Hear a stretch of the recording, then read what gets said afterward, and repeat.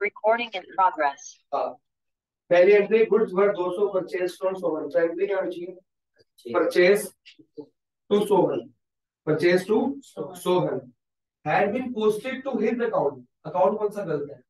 सोहन। कितना डाल दिया? 250। सारा डाल दे, कम डालना। कम करने के लिए क्या करते हैं उल्टा? तो आपकी जो फर्स्ट एंट्री है, पहले आप एंट्री करने के लिए फर्स्ट एंट्री क्या कह रही है? परचेज टू सोहन 200 का 250। ठीक, कैसे करेंगे? Sohan to suspense. पोस्टिंग और रिकॉर्डिंग का फर्क बताया ना मैंने। रिकॉर्डिंग में दोनों अकाउंट गलत होते हैं, पोस्टिंग में एक अकाउंट। और अगर बुक लिखी है तो भी दोनों में अकाउंट लिखा है तो एक है। तो यहाँ पे लिखा है सोहन। सोहन डेबिट कर दो कितने से, और सस्पेंस क्या करना है? क्रेडिट।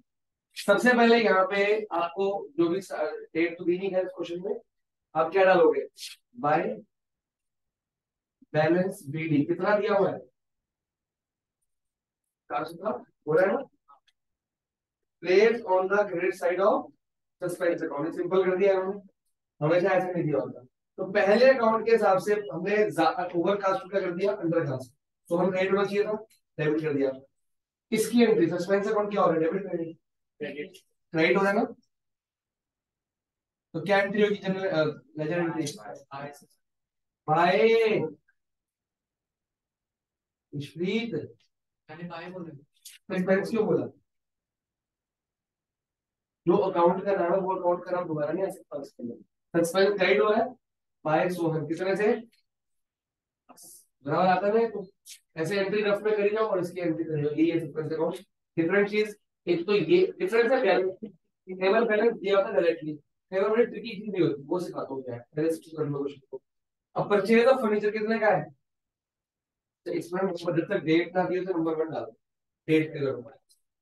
अब परचेज ऑफ फर्नीचर 500 रिकॉर्डेड है इन द फर्नीचर की एंट्री। पहली एंट्री क्या होगी? Furniture to cash. हमने क्या कर दिया? परचेजेस टू परचेज बुक में डाल दी, चलो रिकॉर्डेड हो गया। अब क्या करें? Furniture to purchases. क्या इसका फर्क इसमें से पढ़ने वाला है? आगे बढ़े, चलो बताओ। Instead of crediting Gyan account with 500 it was debited with furniture to cash purchase to customer.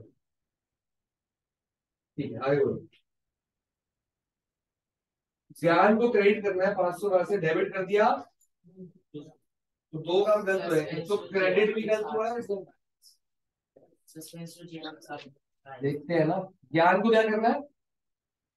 Credit कितने से? 512 हमने करने थे क्रेडिट। हमने कर क्या दिया? डेबिट 215 क्या कर दिए? डेबिट। तो ठीक करने के लिए एक तो डेबिट को उल्टा करना पड़ेगा, ये तो इसका ठीक हो गया, और एक इसका भी तो करना पड़ेगा। 512 फिर से क्या करने पड़ेंगे? क्रेडिट। कितना आंसर आ गया? ये क्या करने हैं हमने? क्रेडिट। तो ये ज्ञान को क्रेडिट करना है ना, तो आंसर क्या आएगा? सस्पेंस टू ज्ञान 727। सस्पेंस क्या हो रहा है इसमें? हम ये मत देख ले खाली शॉर्टकट मारते हैं, क्रेडिट करने में क्रेडिट करके आ गया। क्रेडिट करना है ज्ञान को, सस्पेंस क्या होगा? डेबिट। थर्ड एंट्री या नंबर 3 डालेंगे टू ज्ञान। कितना हो गया? 727। आगे बढ़े। Goods worth 130 return by Gyan were entered in the sales book and posted therefore to pay to Gyan. Correct entry बताओ। 35। नो जी, जितना आपसे कर रहा हूं उतना कुछ छोड़ दोगे। आपको इतना आता है उतना करके बाकी छोड़ दो, दूसरे मार्क्स मिल जाएंगे। ये बस इससे कॉस्ट निकल आपको आते पड़ेंगे ना।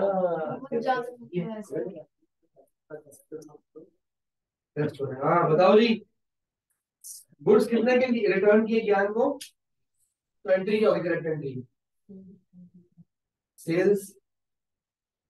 हाँ, सेल रिटर्न टू ज्ञान। तो करेक्ट एंट्री हो रही है सेल रिटर्न टू ज्ञान 130। आगे बताओ, कर क्या दिया हमने?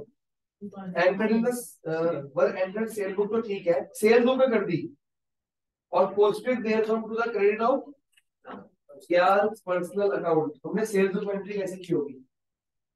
हमने ज्ञान और सेल दोनों को क्रेडिट कर ज्ञान टू सेल हो जाएगी। ज्ञान टू सेल्स कर दी। अब पोस्टिंग आगे का हुई है, ज्ञान के पर्सनल अकाउंट में क्रेडिट कर दिया, तो ज्ञान को तो क्रेडिट करना ही था हमने भी, मतलब दो गलत जगह से हमारा पाप हो गया। ज्ञान को डेबिट करना चाहिए था, हमने क्या कर दिया गलती से क्रेडिट, तो क्या हमने कर दिया था क्रेडिट, तो ये तो ऑटोमेटिकली यहाँ पे ठीक होगी, छोड़ दो इसको, है ना। अब क्या गलत हुआ? जो सेल का जो सेल ये तो हट गया ना, लेकिन तो उसमें प्रॉब्लम ही नहीं है। हमारा आंसर क्या आना चाहिए? सेल तो तब भी क्रेडिट। ज्ञान का तो ठीक हो गया ना, ज्ञान जो ठीक है सेल्स और क्रेडिट है। तो फिर ठीक है, फिर बताओ तो एसआर से सेल रिटर्न टू सेल, फिर से देगा कैसे? एसआर सेल्स टू सस्पेंस नहीं रहेगा। नहीं, ऐसा तो डेबिट करना ही पड़ेगा ना। Sales 130 sales. क्वेश्चन ये कह रहा है कि हमने सेल्स को, थोड़ी मिस्टेक है, ज्ञान को enter in the sales book, return to Gyan है। फिर तो परचेज रिटर्न टू ज्ञान भी होगा। हाँ 260 रिटर्न टू ज्ञान। ये गलत कह रहे हो, ये गलत नहीं है।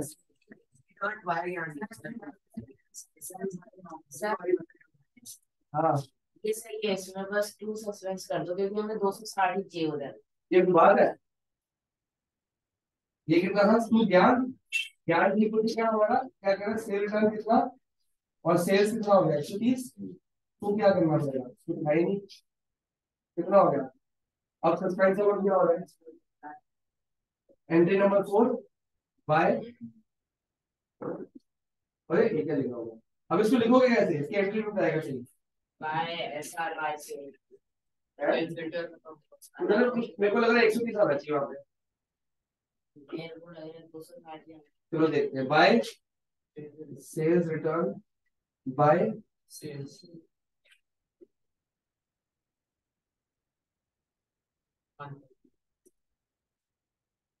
इस साइड टोटल करो, 827। तो ये आ गया। इसके अंदर हमारा कोई बैलेंस निकला नहीं, जब कोई बैलेंस नहीं निकलता तो आपको टोटल दिया होगा कुछ, वरना कई जगह क्या दिया होगा आपको, बैलेंस दिया होगा। ठीक है, इसको आप नोट करो और अगला क्वेश्चन अपने आप करो। डिफरेंस दिया हुआ है 720 का, दिख रहा है, which has been transferred to credit side of suspense account, मिला। इसका आंसर दिया है टोटल सस्पेंस अकाउंट 720। ये क्वेश्चन करो, फिर मैं आपको बताऊंगा जो नया सिखाना, हो सकता है मैं आज ही मेरे ठीक करा दूं। आंसर तो ठीक है, ठीक है, एंट्री ठीक है, मतलब तो एक बार समझ आई, शॉर्टकट मत मारना, ये एंट्रियां कर लो फिर अकाउंट बना। अब तो एंट्री रफ में कर लोगे ना, लेकिन एग्जाम में आपको देखना पड़ेगा, एंट्री के मार्क्स अलग है, सस्पेंस अकाउंट के मार्क्स अलग है। अगर 3-4 मार्क्स का आता है, इसका मतलब खाली सस्पेंस अकाउंट मांग रहा है वो, तो ये एंट्री रफ में कर सकते, वर्किंग नोट पे करोगे जैसे। अगर क्वेश्चन बड़ा है तो एंट्री के 5-6 मार्क्स हो गए, फिर उसके एंट्री की 2-3 मार्क्स का भी होगा, डिपेंड करता है मैं आपने क्या माना। क्वेश्चन आ गए बहुत कम, तेरे तो बहुत कम जानते। अगर एंट्री में सस्पेंस है तो डालना है, वरना हमने नहीं डालना। अब इसमें 3 बातें आती है, 3 बातें ध्यान से सुनिए। पहले तो आपको अभी अपने पहले डायरेक्ट दिया था कि इसका बैलेंस क्रेडिट में डाल दो, इसका बैलेंस क्रेडिट में डाल दो, मतलब ऑलरेडी ट्रायंगल से डिफरेंस आपको दिया है। एक क्वेश्चन ऐसा आएगा कि there are some errors and trial balance को डिफरेंस शो कर रहा है, मतलब ओपनिंग बैलेंस आपको नहीं दिया, बट ये कह रहा है कि उसका कुछ एरर्स आ रहे हैं।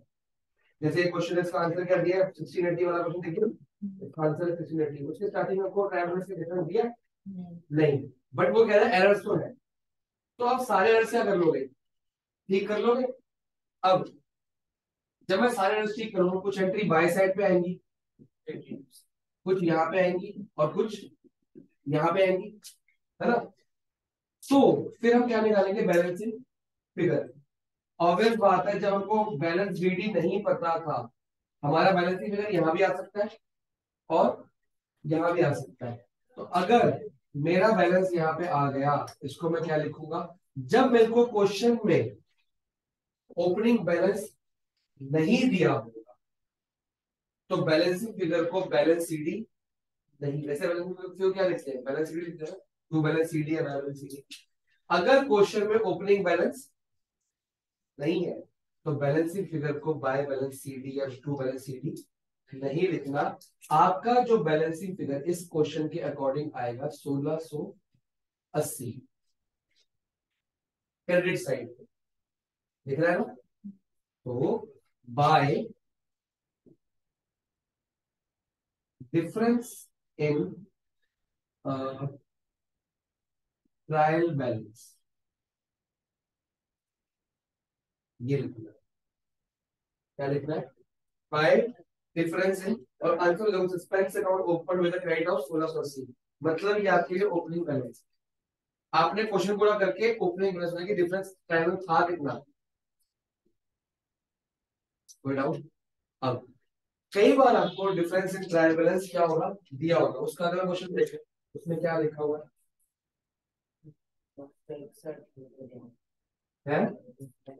कितना डिफरेंस दिया हुआ है 261। एक मिनट समझ आ गया। पहला कंसेप्ट है आपको डिफरेंस दिया हुआ, पिछले क्वेश्चन डिफरेंस दिया हुआ, आपने क्या लिखा उसमें, इससे पिछले क्वेश्चन में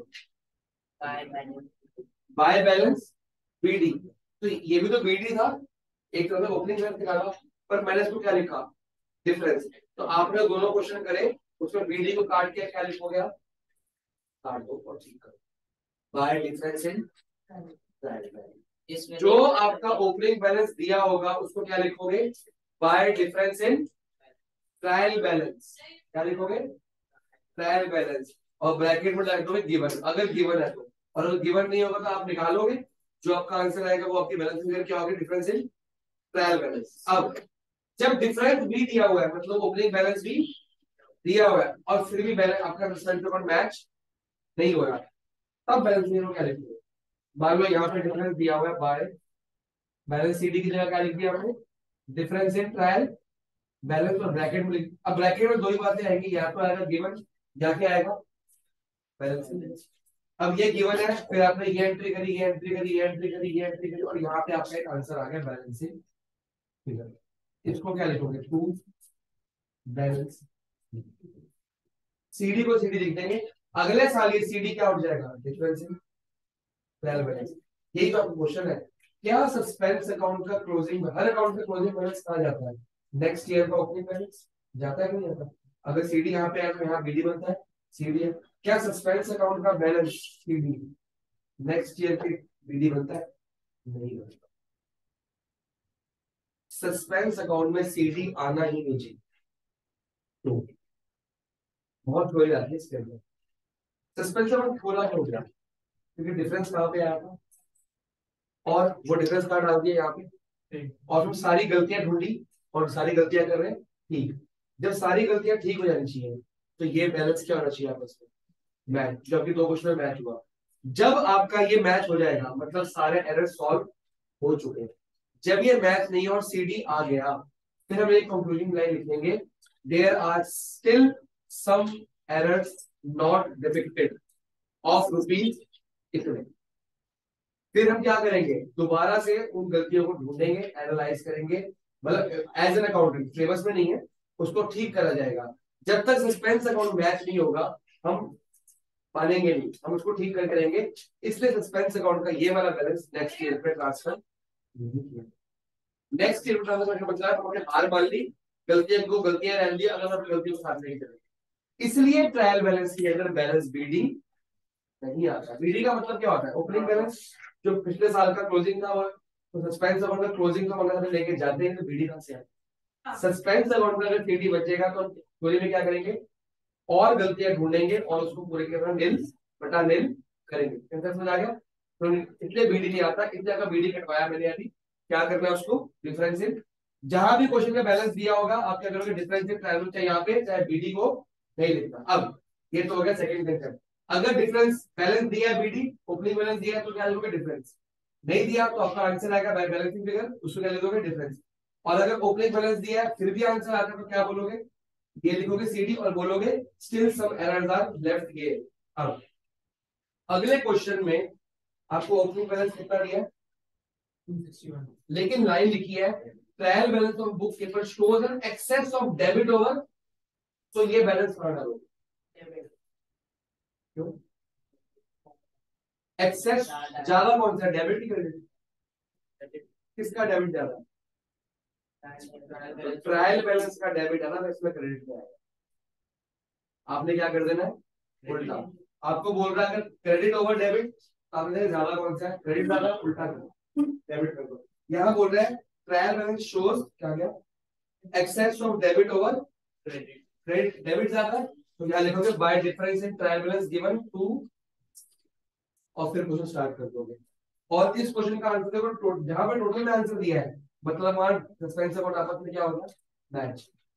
जिसके आंसर टोटल लिखा है ना सस्पेंस अकाउंट, वो मैच हो गया। कहीं की जगह पे आंसर में मैच नहीं हुआ होगा, वहां लिखा होगा कि still some errors are rectified. Left देखो अगले क्वेश्चन में हिंट लिखा है लास्ट में, मिल गया। लास्ट में क्या लिखा है, at the end of the week suspense account will be showing a debit balance of, मतलब बैलेंस शीट कितनी दिख रहा है, 190। इसका मतलब क्या हुआ, still some errors are left undetected. ये आपको लाइन लिखनी है, मार्क्स है इसके। 3 बार समझ आ गई। अगर ओपनिंग बैलेंस दिया है, डेबिट में दिया, क्रेडिट में दिया, तो डिफरेंस लिखना है, बैलेंस बीडी नहीं लिखना। डेबिट ओवर क्रेडिट है तो क्रेडिट साइड डालो, क्रेडिट ज्यादा है तो डेबिट साइड, टू साइड। अगर ओपनिंग बैलेंस नहीं बताया लेकिन बता रहा है कि ट्रायल में शो सम एरर्स, एरर्स ठीक कर लो, जो आपका आंसर आएगा वो क्या है, opening balance, difference in trial balance. फिर आप गिवन के लिए क्या डाल दोगे यहाँ पे, बैलेंसिंग फिगर, सेकंड कंसेप्ट।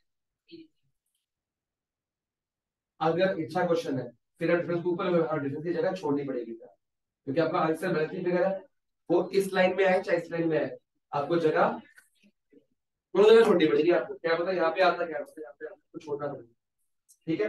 वैसे मैम की मान जाती है, बोलती है बात नहीं, नीचे भी लिख दिया, पर करनी है, पर कंसेप्ट क्या है, पहले तो यह है, तो कोई दिक्कत नहीं है, नीचे भी लिख दोगे, ये मैम बताएगी आपको फाइनली, क्योंकि मैं तो बोलता हूँ बात नहीं, ऊपर कर दो, हाँ कोई बात नहीं। उसके बाद तीसरा क्या है कि अगर डिफरेंस दिया है फिर सीडी निकल आता है। एक तो डिफरेंस दिया है, मैच हो गया, एक डिफरेंस नहीं दिया तो डिफरेंस निकलेगा, डिफरेंस नहीं दिया तो आंसर डिफरेंस ही होगा, डिफरेंस दिया है फिर भी एक आंसर निकल गया, मैच नहीं हुआ, तो still some errors are left undetected, और उसको आगे किया जाएगा। इसको ट्रांसफर नहीं किया था, सस्पेंस अकाउंट क्लोज होना ही होना, एवरी ईयर क्लोज होगा ही होगा, खत्म होगा, ट्रायल बैलेंस मैच करा के मरेगा, सीए का काम नहीं है। समझ आ गया कि नहीं आ गया?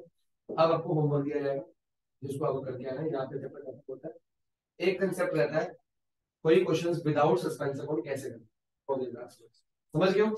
चलो